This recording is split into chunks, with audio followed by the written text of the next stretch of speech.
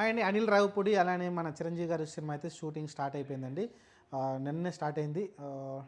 చూద్దాం మరి మంచి కామెడీ ఎంటర్టైన్మెంట్‌తో తీస్తాడు.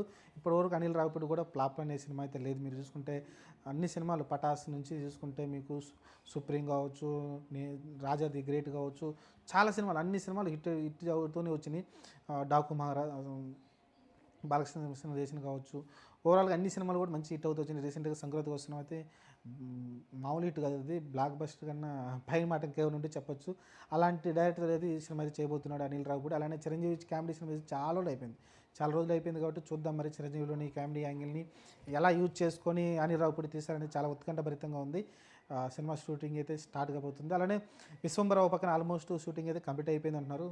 పాటలు అయితే ఉన్నాయంట. అది మళ్ళీ పోస్ట్ పోన్ అవుతుంది. యాక్చువల్గా సంక్రాంతికి వస్తామని చెప్పారు వాళ్ళు. ఏదో గేమ్ చేంజర్కి మేము సినిమా త్యాగం చేసామని చెప్పుకొచ్చారు.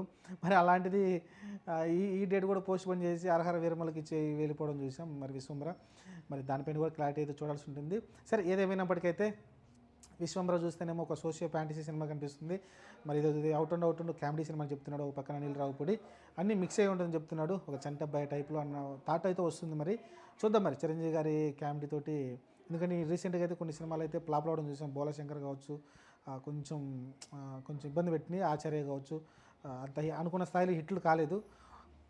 వాల్తేరు వేరే తప్ప మిగతా అన్ని పెద్ద సినిమాలు హిట్లు కాలేదు. చూద్దాం, ప్రస్తుతానికైతే సినిమా చాలా భారీగా అయితే ఓపెన్ చేశారు.